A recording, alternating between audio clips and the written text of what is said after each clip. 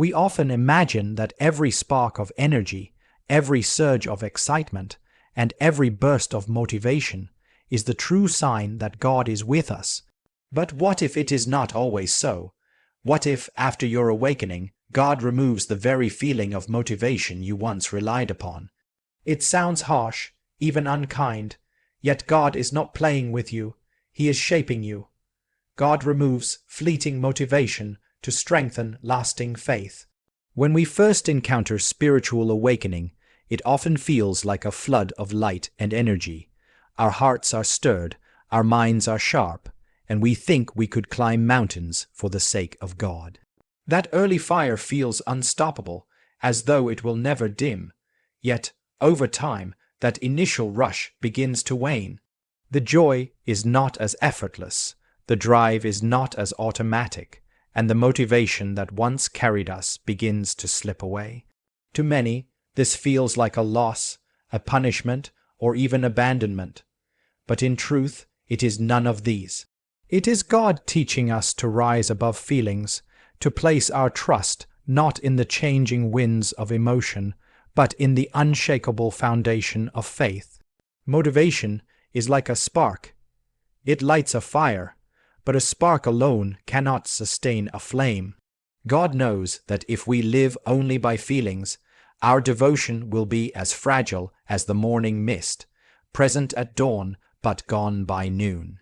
By removing that fleeting motivation, He calls us to walk deeper, to discover what it means to love Him for who He is rather than for the rush of comfort He provides. Just as a parent eventually removes the training wheels from a child's bicycle, so does God take away the constant support of emotional drive. It is not cruelty, it is confidence. He believes you are ready to learn balance, ready to walk by faith even when the ground feels unsteady. Faith grows strongest in the spaces where feelings falter. Think of a soldier. In training, he is urged forward by cheers, encouragement, and instruction. But in the field, when the real battle comes, he must act with courage even if no voice is there to inspire him. God is raising soldiers of faith, not children of comfort. If He always kept the flame of motivation burning without pause, we would mistake emotion for strength, and our faith would remain shallow. But by allowing those feelings to fade, He shows us that faith is not about moods. It is about trust. It is a decision, a quiet choice to walk forward when every part of us would rather sit down. This process also exposes what we truly seek. If we loved God only because He made us feel alive, then our love would not be love at all. It would be desire for self. But when He removes the ease of motivation and we still remain, still seek Him, still walk toward His will, then our love is purified. It becomes less about what we receive and more about who He is, and in that purification our faith deepens. We no longer chase the fleeting glow of spiritual excitement. We root ourselves in the eternal presence of God, who remains steady even when our emotions do not. Worry often creeps in at this stage. We ask, why has God taken my fire away? Why do I not feel what I once felt? But this is the very heart of the lesson. Faith is not the denial of worry, but the refusal to let worry govern us. By trusting God through the absence of feeling, we declare that our loyalty is not dependent on our moods. We begin to see that true faith is not fragile. It can withstand silence, darkness, and stillness. It is in these seasons that God refines us into people of endurance, capable of withstanding storms because our roots grow deeper than surface emotion. Thus, when God removes fleeting motivation, it is never to harm you, but to strengthen you. It is a sacred invitation to move from shallow excitement into enduring faith. In this space, you are no longer carried by the tide of emotion. You are anchored by trust. And when storms come, when life grows heavy, it will not be temporary motivation that sustains you. It will be the steady, unshakable faith God has built within you, forged in the silence and absence you once feared. This is not loss, It is growth. It is not abandonment. It is love in its most demanding and most transforming form. God removes what is fleeting to give you what endures forever.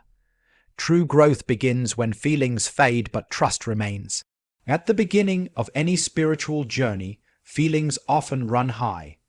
There is excitement, joy, and a sense of freshness that makes every prayer feel alive and every scripture glow with meaning. We mistake this emotional abundance for the entirety of faith, believing that the presence of feelings equals the presence of God. But in time, the emotional fire begins to settle. The rush of passion that once felt effortless becomes quiet, and sometimes it even feels absent. Many take this as a sign of decline or punishment, but in truth, it is an invitation. It is the moment when faith moves from being a matter of emotions to becoming a matter of trust. Emotions are like waves, rising and falling with the pull of the tides. They are beautiful, but they are not stable ground. If our faith rests only on feelings, then it will collapse as soon as those feelings fade. That is why God allows us to walk through seasons of dryness. He removes the constant glow of emotion so that we may learn the greater strength of trust. Trust is not swayed by moods. It does not crumble when joy feels distant. Trust holds firm because it is anchored not in what is felt, but in who God is. Imagine a relationship between two friends. In the beginning, there is constant excitement, laughter, and new discoveries. But as time passes, the excitement is no longer constant. The question becomes, is the friendship strong enough to endure beyond feelings? The same truth applies to our walk with God. If we remain only when it feels good, then we do not yet love Him. We love our feelings, but when we continue to follow Him even when emotion is absent, that is where true love and true growth begin. Growth often requires discomfort. A seed cannot remain a seed forever. It must crack open in the dark soil before it can rise into the light. Likewise, when our emotional feelings fade, it may feel like we are being buried, but what feels like loss is actually transformation. In the hidden place of trust, unseen roots begin to grow, and those roots are what allow the tree to withstand storms when they come. Without this deeper rooting, we would remain fragile, easily uprooted by every change in emotion or circumstance. Trust is the bridge between moments of inspiration and the reality of endurance. It is what carries us when passion fades, when prayers feel unanswered, when silence seems louder than God's voice. To walk by trust is to believe that He remains faithful even when you cannot feel His nearness. It is to hold on to His promises even when your heart feels empty.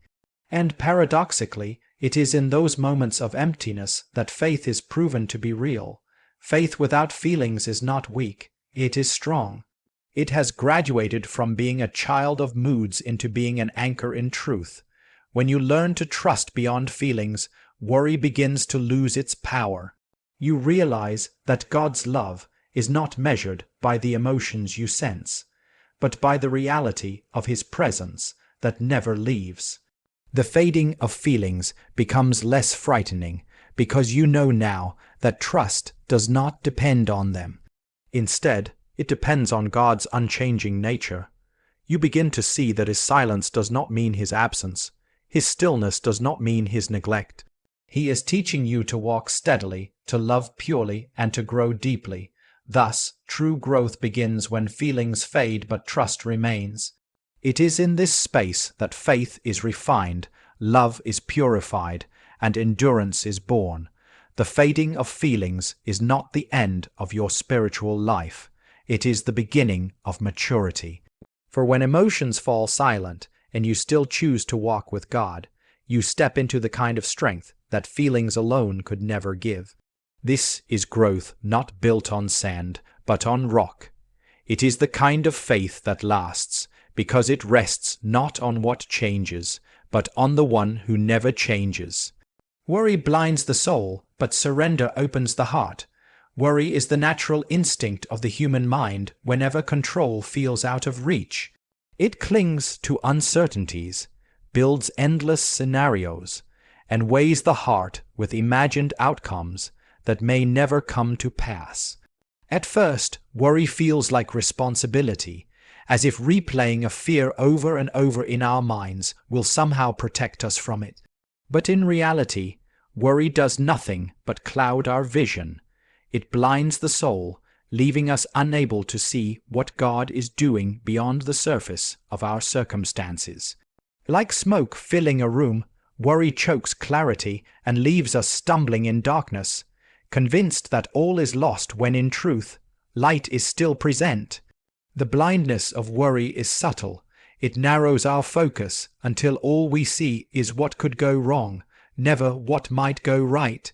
It convinces us that God has forgotten us, that the silence means abandonment, and that the future is nothing but danger waiting to unfold.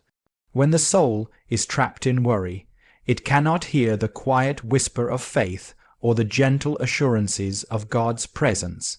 Worry steals the very peace it pretends to protect, for it tricks us into believing that fear is preparation. Yet fear is not preparation, it is paralysis. It blinds us to the opportunities in front of us, blinds us to the lessons being offered, and blinds us to the grace that is still active even in the middle of uncertainty. Surrender, however, opens the heart. Surrender is not defeat, it is trust. It is the decision to place tomorrow in God's hands and to stop carrying the burden of outcomes we cannot control. Where worry narrows our sight, surrender widens it. It lifts our eyes from the storm to the one who commands the wind and the waves. It allows us to breathe again, not because the problem disappears, but because we are no longer trying to solve it with the fragile tools of our own strength. In surrender, we discover peace, not the peace of a problem-free life, but the peace of knowing that our lives rest in hands stronger than ours. The heart that surrenders is not passive. It still prays, it still acts, it still hopes, but it no longer tries to carry what belongs to God. It lays down the heavy need to control every detail and chooses to trust the one who sees beyond the horizon. This trust transforms the heart, opening it to deeper love, deeper patience, and deeper joy. Where worry closed the soul in fear, surrender opens it in freedom. The energy once wasted in constant anxiety is freed to create, to love, to grow, and to rest. It is often in the darkest moments, when worry screams the loudest, that surrender becomes most powerful. For in surrender we admit our weakness, and in that admission we discover God's strength. A surrendered heart sees with clarity that not every battle is meant to be fought in our own strength, that not every burden is meant to be carried on our own shoulders. It realizes that peace is not the absence of trouble, but the presence of trust. Worry blinds the soul, but surrender opens the heart. Worry is a cage, surrender is the key. Worry feeds fear, surrender feeds faith. Worry turns our gaze inward until we collapse under our own weight. Surrender turns our gaze upward until we are lifted by God's presence. In every moment we are given the choice: cling to worry and stumble in blindness, or surrender and let the heart be opened to light. And when we choose surrender, we discover a freedom deeper than understanding, a peace that endures beyond circumstance, and a heart wide enough to hold hope even in the midst of uncertainty. Silence of God is not absence, but refinement. Nothing feels heavier to the soul than praying into silence, seeking answers and hearing none. In those moments, the heart trembles with questions. Has God turned away? Has He forgotten? Why does heaven seem so still when our need feels so great? Yet silence, though unsettling, is not the same as absence. God's silence is not neglect. It is the forge where faith is refined. He withdraws the constant nearness of His voice not to punish, but to strengthen. Silence is the classroom of the soul, where trust learns to stand without constant reassurance. When God seems silent, we are forced to confront the truth of our faith. Do we believe only because we are comforted daily by signs and feelings? Or do we believe because He is who He says He is, even when He speaks no word? Silence strips away the excess, exposing the core of our devotion. It asks us whether our love for God is dependent on His gifts or whether it endures in the absence of them. In this way, silence becomes refinement, burning off the shallow, testing the depth, and proving the strength of what lies within. Consider a teacher who steps back during an examination. The teacher is not absent. He is watching, trusting that the student has learned enough to carry through without constant prompting. Likewise, God's silence is not a departure, but a test of growth. He knows that a faith sustained only by constant signs is fragile, but a faith that persists through silence becomes unshakable. By holding back His voice, He invites us to listen more deeply, not only with ears but with the heart. Silence also sharpens our perception. When words are many, they are easily taken for granted, but when silence falls, even the faintest whisper gains weight. God's silence teaches us to treasure His voice when it comes, to recognize its value, and to obey it with reverence. The waiting purifies desire, so that when the answer arrives, it is received not casually but with gratitude. Silence refines patience, humility, and surrender virtues that cannot be forged in seasons of constant comfort. The silence of God is often misunderstood as abandonment. Yet, if we look closely, even in silence His presence surrounds us. The rising of the sun, the breath in our lungs, the quiet strength that allows us to endure, all testify that He is near. Silence does not erase His hand. It only challenges us to see it in subtler ways, and in seeing we grow. For the soul that learns to sense God in silence learns to trust Him in every season, not only in moments of clear revelation. Refinement is never easy. Gold does not become pure without fire. Faith does not become strong without testing. Silence is that fire, and though it feels uncomfortable, it is holy. It burns away dependency on emotion, and trains the heart to walk steadily even when feelings falter. It reveals whether we follow God for comfort alone or for truth itself. And as the silence lingers, the soul discovers a surprising strength, a strength rooted not in constant reassurance, but in unwavering trust. Thus, the silence of God is not absence, but refinement. It is the hidden work of a loving Father who desires not shallow followers, but steadfast children.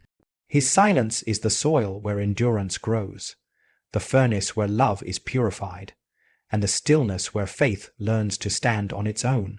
And when at last His voice breaks through again, we find that the silence was never empty after all. It was full of His shaping hand, preparing us to receive more than we ever thought to ask.